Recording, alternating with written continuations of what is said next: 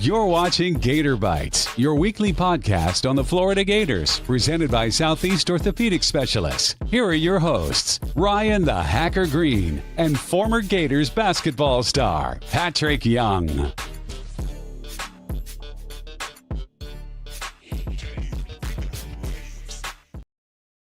.com and the Florida Gator 1010XL Facebook page. Today's Gator Bytes podcast is brought to you by Southeast Orthopedic Specialists. For the highest quality care, you can rely on Southeast Orthopedic Specialists for any orthopedic injury or concern. Be sure to log on to their website, se-ortho.com. He is Patrick Young. I'm the hacker Ryan Green. You presumably are Florida Gator fans, and the Gators have a big one tomorrow night in Gainesville as they take on John Calipari and the Arkansas Razorbacks. Patrick, how we doing, man? I'm doing great. And, I had to make sure, we see it's, in the midst of things, Florida softball has kicked off the season. Another opportunity for Coach Walton to send his girls up to Oklahoma City. It's one of the best conferences in softball. Obviously when you got Tennessee, Texas, Oklahoma, obviously in this conference, it's going to be. But don't forget about the Gators. So as basketball season is starting to wind down, make sure you get your sights going to baseball and softball. Yeah, baseball's off to a great start, too. I think they've won 9 in a row, and they have a series starting with Miami coming up this weekend. All right, before we look ahead to Arkansas, huge game, let's rewind the clock back, Patrick. Wednesday in Austin. Look, Texas was winning that game at the half. Texas was winning that game with the under 8 timeout in the second half. And then Florida just absolutely ran away with it in the final 8 minutes, responding to some adversity. Thomas Houck with an ankle injury. There's some foul trouble. I thought the referees, maybe their whistle wasn't going Florida's way. Yet at the end, Patrick, it didn't matter. Florida got a big win in Austin on Wednesday night. It's very interesting, and I knew it. Texas is the team that scores the least assisted baskets in the conference. To break that down in layman's terms, they are a one-on-one tough bucket getting, not that they don't pass the ball doesn't move around, but more times than not, you saw like Tremont Mark, who had a great first half. I think all 3 of his threes that he made were at the top of the key. And I think a picture of the Florida Gators, one of them, is going to be on that last 3 that Tremont Mark hit. He's one-on-one with Alex Condon. He shimmies, does all those moves. He hits the 3. He falls down. He makes it. The Gators get the ball out instantly.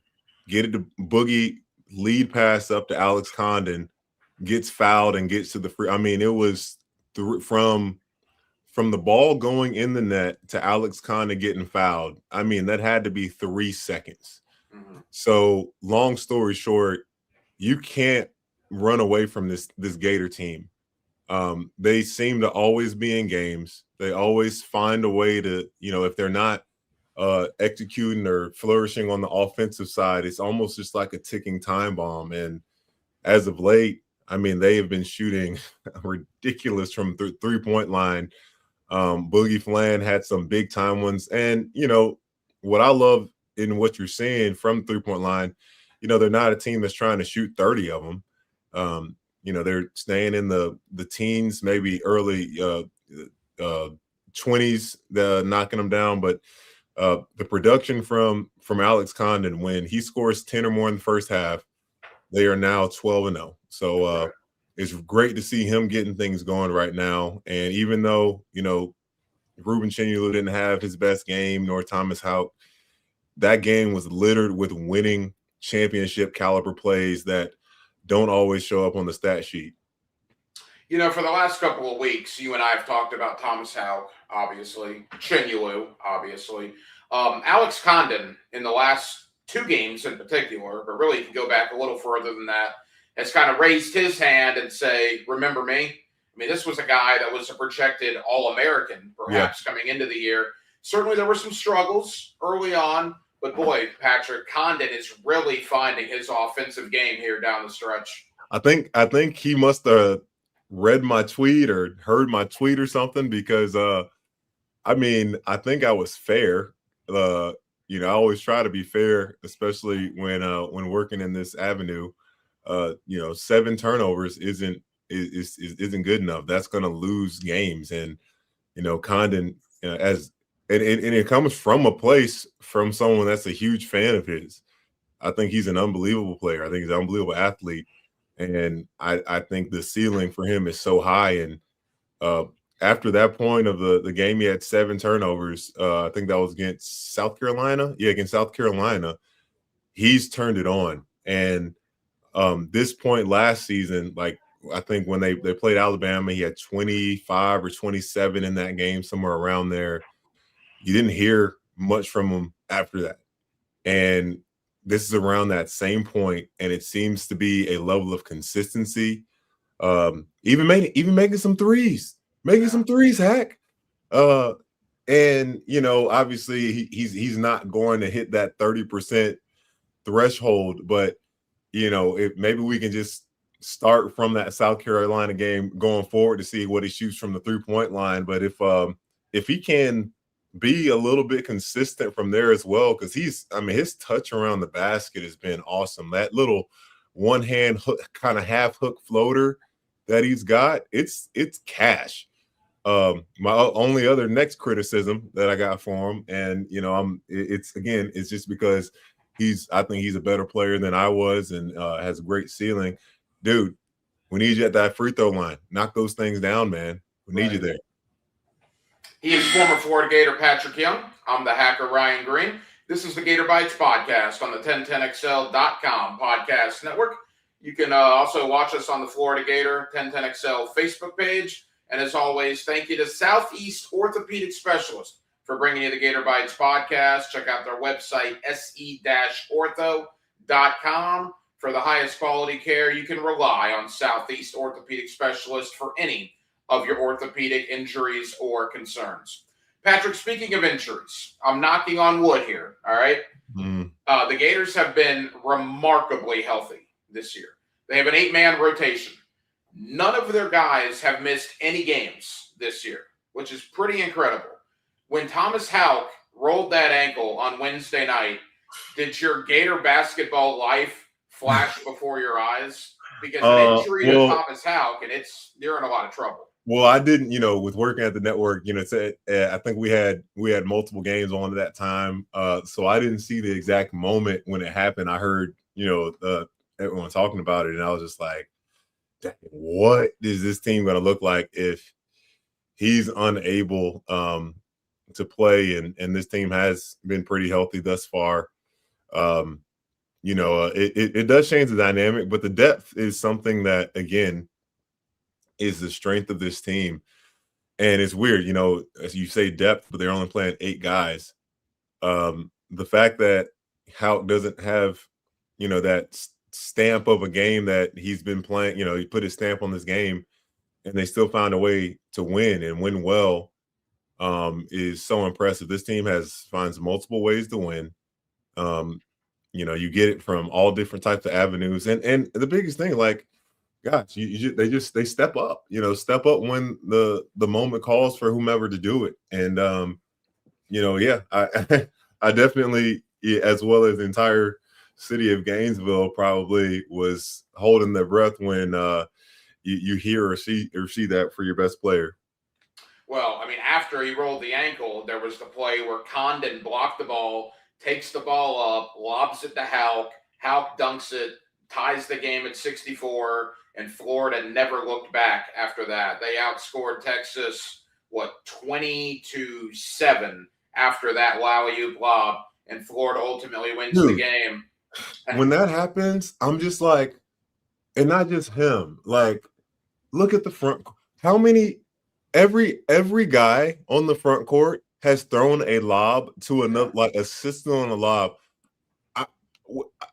Give me another front court that's doing that. There isn't one. Micah throws one to Condon, then Condon throws one to Hauk. Hauk throws one like, dude, what in the world? How do you guard that? Because you're trying to play it safe. Look, I'm trying to play it safe. I got Alex Condon. I'm defending him. He's not a 3-point. He's not knocking down three. Okay, I'll take away the three. Then he starts to drive. Someone tries to help. He makes the pass, and it's a dunk on the help side or what or he gets 2 feet in the paint and he finds the extra guy. Like it's ridiculous, the basketball IQ of this team, and I think the ceiling still can keep going higher for them with how well they pass the ball. I think another great picture, one of the biggest play, the nastiest, one of the best plays probably all season, Dalen Swain trying to dunk on Ruben Chinulu. He gets that block, monster block. Ruben sprints down the floor and seals his man, Vogatitis, for Alex Condon to end up getting a wide open layup. I mean, these are the little things that again separate this team from being good to great. They're putting all these pieces together. I hope Coach Golden is continuing to, in the film sessions, to highlight those to the guys, to remind them what's making them good and special. This team is trending in the right direction, and I'm not sure we're going to transition over to this upcoming game on Saturday. Yeah, I want to get to Arkansas in a moment, but you piqued my interest. You're one of the best skater big man that's been at that school in a long, long time. So when you see Condon and Hauk and even Chinulu and Handlocked and bringing the ball up the court, lobbing it to each other, I mean, as a big man, Patrick, how hard is that for those guys to do? Well, I mean, the game has just changed so much, man. I would have loved to develop my game to have a little bit more freedom and liberty there. When my first year overseas, because of my athleticism and just my desire to get that ball up the court as fast as possible, I would grab rebounds. I'd push it. I'd be quick to want to get it to the guard because, I know they're going to give it back to me. But you just have an understanding of, when you can start the break, it puts so much pressure on that other team. And you see, the flow and the chemistry again, you don't see when Alex Condon is bringing the ball up the floor, Boogie Flan, come on, give me the ball. Or those guys get up the court and understand they can get right into the flow of their offense. I'm trying to think of NBA play. I guess you can say someone like a DeMarcus Cousins. He is a guy that really in the NBA changed that dynamic because he was 6'10" and actually a true big. You're not looking at a guy like Giannis who is a mixture of a point forward, but the number one example of a guy that's a true center now that's at the all-star level playing at the best is Nikola Jokic. But before that, DeMarcus Cousins, think about when he was in New Orleans, he was handling and running the offense as literally a point center. Emphasis on center because when he got it in the paint, he was back to the basket. And yeah, it's one thing, but the thing is, to your point, Ruben Chinulu, he doesn't bring it up. Right. He doesn't. You might catch him take a dribble here or there, but he sprints down the court. It seems as though guys still understand their limitations as well at the same time, or just what they bring best. So that is a beautiful thing to see with this evolution of basketball. And obviously hats and coach of the year. If he's not coach of the year, Todd Golden, it's robbery because it's always hard to repeat, but to repeat at a level with a team whose emphasis and strength is flipped from the guard play to the front court, and to have a harder strength of schedule than last year's Gator team. Last year's Gator team went 13-0 in the non-conference. They didn't play any top 5, top 10 matchups. You play who's on the schedule, but again, hats off to Todd Golden. Hopefully the NBA doesn't try to call his number anytime soon and he stays in Gainesville for a long time. Yeah, Golden 58-10 in the last 2 seasons. The Gators have won 58 of the last Yeah, 68 worst basketball season was the games they first played. season because he didn't have his team yet. Right. All right, so let's get to Arkansas on Saturday. First and foremost, you've covered every team with the SEC network. You've seen every team out there. Is Florida and Arkansas, Patrick, the two best teams in the conference? Yeah, I think so. I was thinking Tennessee, maybe Arkansas, maybe Kentucky was gonna continue their role as they had won 5 out of 6. Probably an argument for Alabama. Well, now absolutely an argument for Alabama. If you want to look at their line of work as of late, but Alabama still is I think they're like out of the 361 teams of Division One, I think they're like 351 defensive efficiency. So like, wow. They can score the ball. They just it's hard to believe, but honestly, I put it on Nate Oates, man. Like, there's a cost to everything, and a guy that you love so much offense, I don't think you can coach offense and defense. You can't coach offense at the level that he's doing and expect guys to bring the same level of issue on the defensive side. But as of now, yeah, Arkansas is going to be that second best team in the conference. So that's why obviously game day chooses to come to Gainesville this Saturday. And I'm glad you reminded me. I need to make a video for College Game Day for that. They're putting a little compilation of alumni to say a few words, and I keep forgetting to put it off. Better do it now before it's too late. Arkansas has a lot of the pieces that I think you want when you're building your college roster each year. You want dynamic freshmen. They got Darius Acuff, Malik Thomas. Even you can put in I don't know his first name, but Ewan, Ewin, the big guy. He's been putting in some good minutes. You got some sophomore guys and DJ Wagner and Billy Richmond that bring a great dynamic. And I really, the X factor for me, my favorite player to watch on the Arkansas team is Billy Richmond. With his effort, energy, athleticism, he's the Thomas Houck kind of that team. He doesn't shoot it. He doesn't shoot it like Thomas Houck, but when you look at the athleticism, the speed, the effectiveness those guys can bring immediately when they step on the court. Then you got some veteran guys. You got Trevor Brazile, who's been in the system, someone that is his last go-round, that he can shoot the 3 ball. He's got great length. Who am I missing? Carter Knox, another guy that on that roster. They got a lot of great pieces. Nick Pringle as well.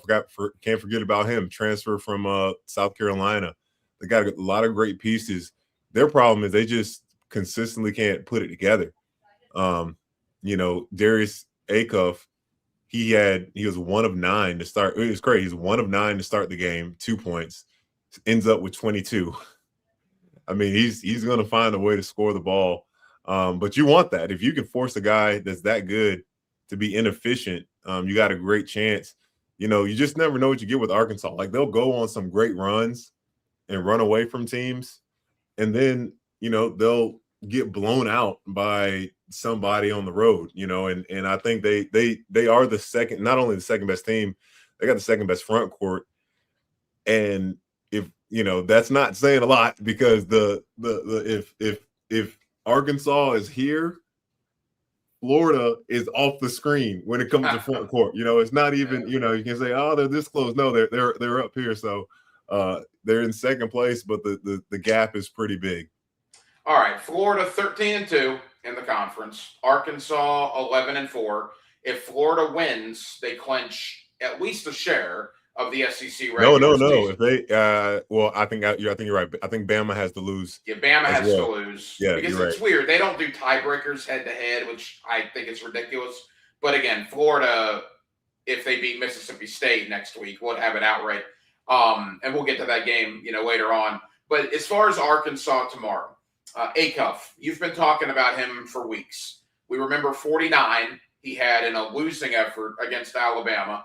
If you're Todd Golden, Patrick, What do you do about Acuff? Is it as simple as, all right, Boogie, that's your guy the entire game?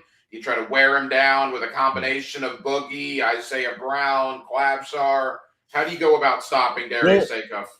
Well, the first thing I want to point out, I know for sure, Darius Acuff is not 100%. He is dealing with a little something with his foot. You could see him kind of being a little gimpy in that last game, and he's a competitor though. Like, he's one of those guys. He doesn't want to come out, even with Coach Cal, wanting to make sure his guys thinking long term, not short term. What gets Darius Acuff going is, they get the defensive rebound, they get into him, whether there's an advantage or not, and it's not necessarily him putting his head down like tunnel vision. He's like, he really is good at assessing and just confidently getting to the basket. So yes, there's going to need to be a sense of urgency when getting back in transition defense. It's a group effort. Obviously, what we would call it like loading up to the ball, where, even though that's not my man, as I'm running back, I want Darius Acuff, as Boogie Fland or Xavier Lee is matching up to him, to feel like, okay, I got two guys that are paying major attention to me right now, as I'm coming in the break. So slowing him down there, and obviously, he's shooting it well. Him and Malik Thomas are shooting it well from the 3-point line. Getting hands up on those guys, and they get to the free throw line a lot as well. So it's a combination. Got to defend him well, with making it tough on him on the offensive side, but then go after him. He's not a big guy. He's 6'1". And look, he's again a competitor. You can probably bait him into getting some dumb fouls early in the game. The biggest weakness with Arkansas is their depth. You go back to that Bama game, they foul 4 guys out, and those 2 big threes that were hit in overtime by Houston Millette, both of them. They look at this hack. It's not that the guys they put in didn't just play in that game. Those dudes barely played the entire season. I think it was a combined 40 minutes for the entire season up to that point. And all of a sudden you get thrown into one of the best games in the SEC this season and are expected to, not make a mistake. So if Florida can get Arkansas in foul trouble early, take care of the basketball, I'm not going to say don't have anything to worry about, but with the design of this team, we should see a pretty a win that's handled pretty well. Yeah, Florida an 8-man rotation, Arkansas a 7-man rotation. So neither team goes very long on the bench. All right, as we begin to wrap up, let's go rapid fire here. Boogie Fland playing against his former team. He was an Arkansas Razorback last year. What do you think his motivation will be tomorrow night? I don't think he has any bad blood against Coach Cal. I think, he was banged up his hand or something in that season, but, he's going to try to prove, if that's Denzel Aberdeen, try to come into Gainesville and try to make a statement with his game. He played pretty well, that, these guys want to prove themselves right, that they made the right decision. And obviously for Boogie Fland, we can see that he's made the right decision being in Gainesville. And I expect nothing less, that he's going to come in there and really put his stamp on the game, especially with how well he's shooting the ball as of late. And then the 8:30 start tomorrow night. It's a late night. I mean, game day is going to be over at noon. You see me yawning right now, man. So from a player perspective, Patrick, when you're not playing until 8:30 at night, what do you do all day tomorrow? Shoot, man. Well, they're definitely, with game day being there, they're going to have, I could see them grabbing Thomas Houck, Ruben, and Alex Condon for game day, and having all 3 of those guys interview. They'll have shoot around. I wonder if they'll have it before. They'll probably have it right after game day. I have no idea. I don't remember it. I'm sure we had college game day come a time or two in Gainesville. I just can't remember if we were before or after. But you take a nap, you take a good one. really good nap. Then I hopefully, and I remember I got this advice from Joakim Noah. When you're young, you don't really think about this stuff, but just cutting off distractions, turn your phone off, really lock in. And then when you get there, just treat it like business. It's another day. And it's late. It's a late game. I'm not going to be there because that would be getting back home at midnight, which is exactly what I did last night. I don't plan on doing that. I'll be watching that game from my bed or from my home. Probably in bed. But yeah, I mean, it's these guys are now practically professionals and they understand, what it takes to win. And they have their routine. So, I expect nothing less. We talked about it last week, them going to Ole Miss and going to Texas. I think we did see a little bit of, effect on that. Look at Ruben. He didn't look 100% himself to start that game.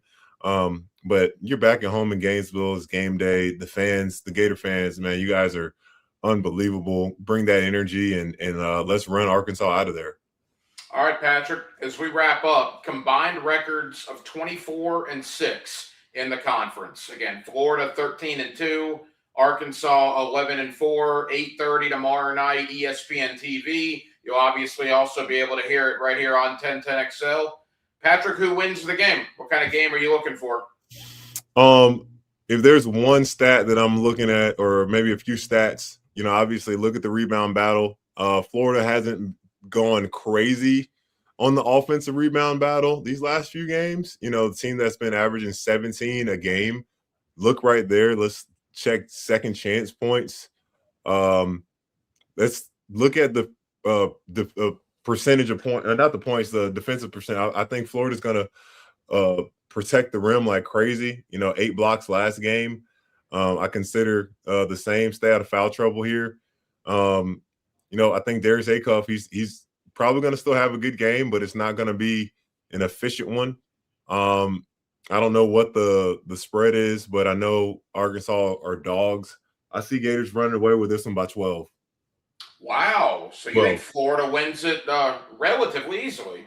It wasn't a great Vegas, man. How did they do it? I think the spread for Texas was 6.5, or no, it was somewhere around there, 6.5, and I think the game ended up around I think they finished with double figures, but it's just the end of the game. I just think teams have a difficulty if they get up to put Florida away, and then once Florida gets up, especially late, they get to the free throw line. They take good quality shots. They're around the basket. The guys really hone in and stop turning the ball over. So, I think that's what it's gonna come down to.